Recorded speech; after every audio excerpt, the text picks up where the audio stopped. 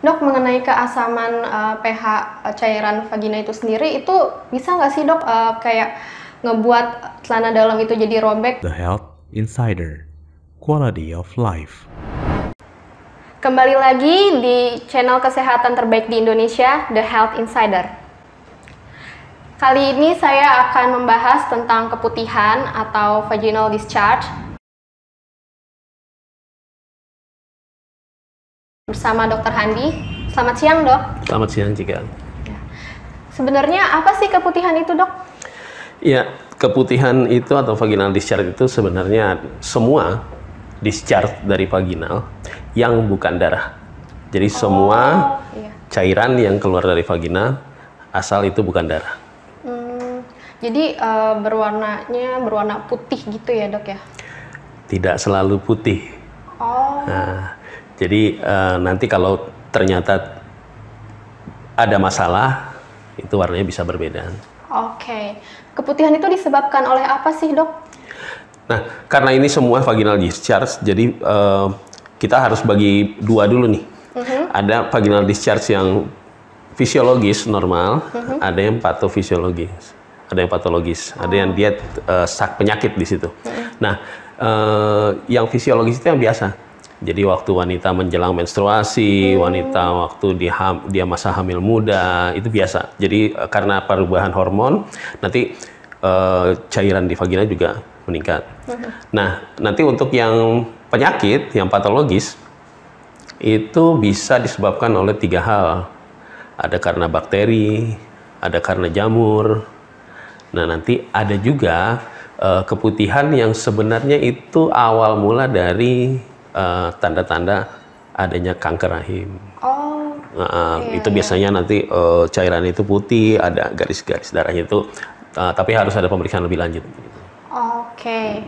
Nah, untuk warna dari cairan yang keluar dari vagina itu sendiri, itu kan yang setelah saya baca sebelumnya itu kan kayak berbagai macam warna. Maksudnya kayak ada yang keluarnya warna coklat, ada yang warna putih, kuning gitu. Dok, itu bagaimana? Yang normalnya putih biasa ya, dia tidak begitu berwarna, tidak berbau gitu. Biasa konturnya juga ya agak lengket sedikit gitu. Kalau udah ada perubahan warna, perubahan bau, itu berarti sudah bukan yang normal lagi, itu sudah yang patologis.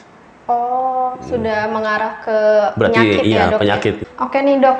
Saya dapat beberapa pertanyaan dari beberapa orang. Kita mulai bahas satu-satu dulu ya, Dok ya. Oke. Untuk yang pertama, bagaimana sih cara meminimalisir keputihan atau vaginal discharge itu? Meminimalisirnya itu mudah sebenarnya, nggak usah diapa-apain. Nggak usah Jadi, diapa-apain. Ya, karena gini, sebenarnya cairan vagina itu adalah sistem pertahanan tubuh. Jadi pH di vagina itu sudah asam, jadi nanti apapun yang masuk ke sana itu biasanya dilarutkan oleh cairan. Nah, itu biasanya derajat keasaman itu bisa rusak oleh justru pemakaian misalnya sabun-sabun yang untuk membersihkan. Wash gitu ya, Dok? Ya? Ternyata itu nggak perlu ya kita ya? Sebenarnya nggak perlu. Jadi ya sudah biarkan aja lah apa adanya gitu. Karena memang udah diciptakan begitu untuk mempertahankan suasana steril di situ gitu dengan derajat keasaman yang tertentu gitu. Oke. Untuk yang selanjutnya ini kita dapat pertanyaan, apakah normal kalau vagina jadi berbau pre atau pasca haid? Apa itu ada pengaruhnya? Iya, sebenarnya agak lebih berbau itu karena biasanya cairannya jadi lebih banyak. Jadi dibanding sebelumnya menjelang dia menstruasi itu kan ada perubahan hormon.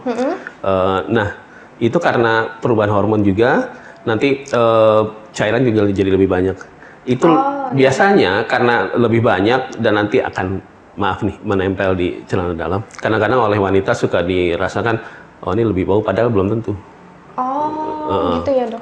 Cuman dia memang jadi lebih banyak gitu. Nanti begitu selesai menstruasi, saat itu mulai turun hormon itu ya dia masih tetap agak lebih banyak tapi ntar turun juga gitu. Gitu.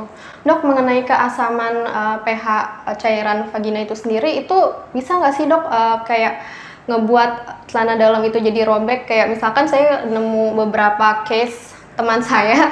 Jadi maaf, underwearnya itu robek, mungkin nggak diapa-apain sama dia, cuman keluar dari karena apa? Keputihan itu sendiri dok, karena keasamannya itu mungkin kan nggak sih dok? Nggak bisa sampai segitu ya. Oh, nggak sampai merusak kain lah nggak. Oh nggak. gitu. Ya. Oke nih dok, ada pertanyaan lagi. Jika setiap hari dalam 1 bulan selalu keluar keputihan, apa itu bisa dianggap normal dok? Sepanjang siklus menstruasi memang ada kalanya seorang wanita nanti cairan vaginanya akan lebih banyak.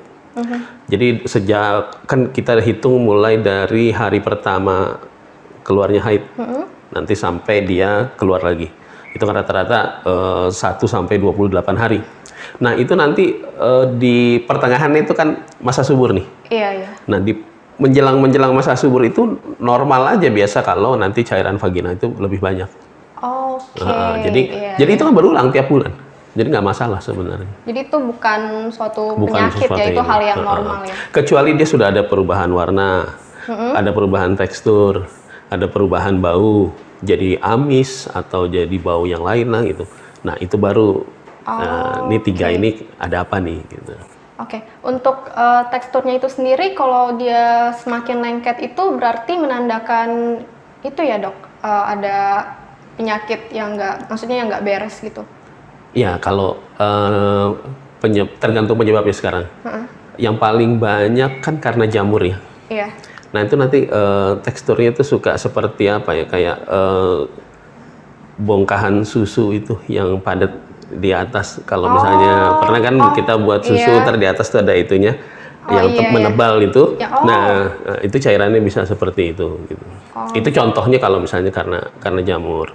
Bukan cuma itu karakteristiknya karena jamur, bisa juga dia nanti lebih gatal gitu kan karena jamur itu.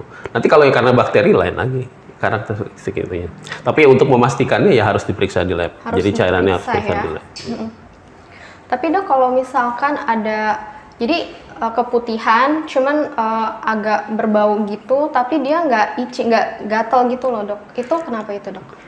Sebenarnya itu biasanya masih agak normal ya. Berbau itu biasanya lebih banyak karena bercampur dengan keringat. Jadi nggak masalah. Kita lanjut ya dok ya. Oke.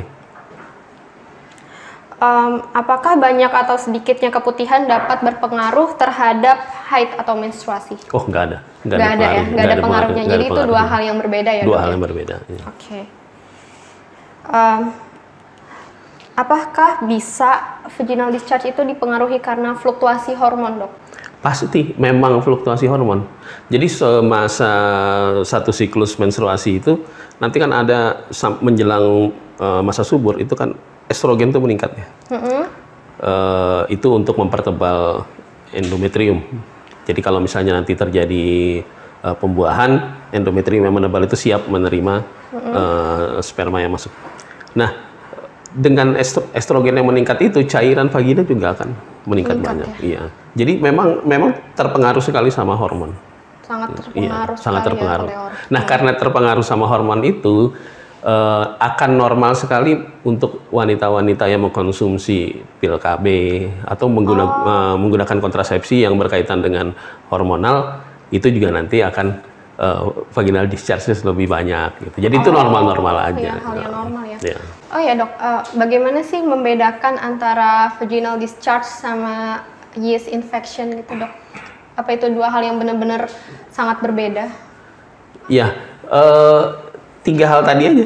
Kalau karakteristiknya sudah beda, baunya sudah beda, konsistensinya sudah beda, itu berarti sudah nggak normal lagi. Gitu. Ya. Yang penting selama masih seperti biasa, yaitu masih dalam batasan normal. Oke, sebagai penutup, apa ada tambahan lain dok mengenai hal ini? Ya, jadi keputihan itu adalah bisa kita katakan semua vaginal discharge yang bukan darah. Jadi apapun vaginal discharge itu kita sebut keputihan. Mau dia itu masih normal, yang fisiologis, mau itu dia yang sudah sakit patologis. Kalau yang normal seperti kita tadi sudah bicarakan, itu sangat terkait dengan hormon, perubahan siklus hormon selama 1 siklus menstruasi. Nah, kalau yang patologis itu lebih banyak terinfeksi karena jamur, bakteri, atau yang banyak juga Trichomonas. Trichomonas. Kalau misalnya sudah ada tanda-tanda dia terinfeksi karena 3 hal tadi yang kita sudah bicarakan, misalnya perubahan warnanya, ada perubahan teksturnya, ada perubahan baunya. Nah, itu untuk lebih lanjutnya sebaiknya diperiksa ke dokter supaya mendapatkan obat yang tepat. Karena kalau misalnya salah obat untuk satu penyebab, itu akan bisa berbeda hasilnya. Oh, baik, Dok. Oke, sampai di sini pembahasan kita mengenai keputihan. Sampai ketemu pada video-video selanjutnya di channel kesehatan terbaik di Indonesia, The Health Insider.